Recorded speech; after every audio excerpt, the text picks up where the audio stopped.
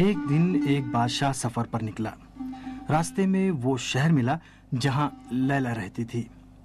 اس نے وہاں قیام کیا اور اپنے وزیر سے کہا، آؤ چلتے ہیں اس لیلا کو قریب سے دیکھتے ہیں، شاید ہم بھی یہ جان سکیں کہ مجنوں نے اس کی محبت میں اپنی عقل اور ہوش و حواس کیوں گم کر رکھے ہیں۔ وزیر نے فوراً ایک نوکر کو لیلا کے پاس بھیجا اور کہلوایا کہ بادشاہ اسے بلا رہے ہیں۔ لیلا بادشاہ کے پاس آئی۔ اس نے اپنے چہرے پر نقاب ڈال رکھی تھی۔ جب اس نے بادشاہ کے سامنے اپنے چہرے پر پڑی ہوئی نقاب ہٹائی تو بادشاہ کو بہت تعجب ہوا۔ اس نے کہا، تم تو ان عام سی لڑکیوں کی طرح ہو جنہیں میں جانتا ہوں۔ پتہ نہیں مجنوں کیوں تمہارے عشق میں دیوانہ ہو گیا ہے۔ لیلا نے جواب دیا، مجھے مجنوں کی آنکھ سے دیکھنے کی ضرورت ہے۔ ایک دن مجنوں کے گھر والوں نے مجنوں کو بلایا۔ وہ سبھی پریشان تھے کہ مجنوں نے اپنی کیا حالت بنا رکھی ہے۔ ان میں سے ایک نے کہا کہ مجنوں، اسی محلے میں اتنی ساری خوبصورت لڑکیاں ہیں جو لیلا سے کہیں زیادہ خوبصورت ہیں۔ تم ان میں سے کسی ایک کو پسند کر لو، پھر ہم لوگ اس کا رشتہ مانگنے چلے جائیں گے۔ یہ خوبصورت لڑکیاں تم سے شادی کرنے کی خواہش مند ہیں۔ ان سے شادی کر کے تم بہت زیادہ زندگی کا لطف اٹھاؤ گے۔ چلو اب اپنی دیوانگی ختم کرو اور لیلا کا عشق اپنے دل و دماغ سے نکال دو۔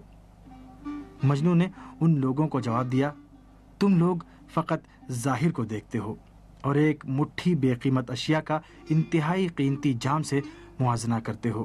میں مست شراب جام لیلا ہوں، تم لوگ میرے عشق کا ہرگز اندازہ نہیں لگا سکتے۔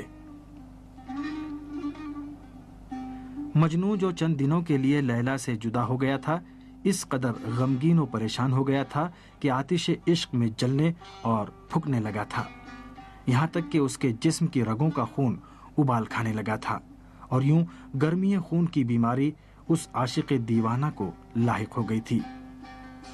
طبیب نے آ کر اس کا معائنہ کیا اور کہا کہ ہم اس بیماری میں کچھ نہیں کر سکتے سوائے اس کے کہ جسم کے کسی حصے کو چیر کر آلودہ خون بدن سے باہر نکال دیں۔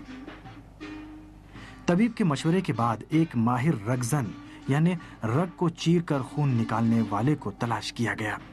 وہ آیا، مجنوں کے قریب پہنچا، اس نے نشتر مجنوں کی پیٹھ میں لگایا۔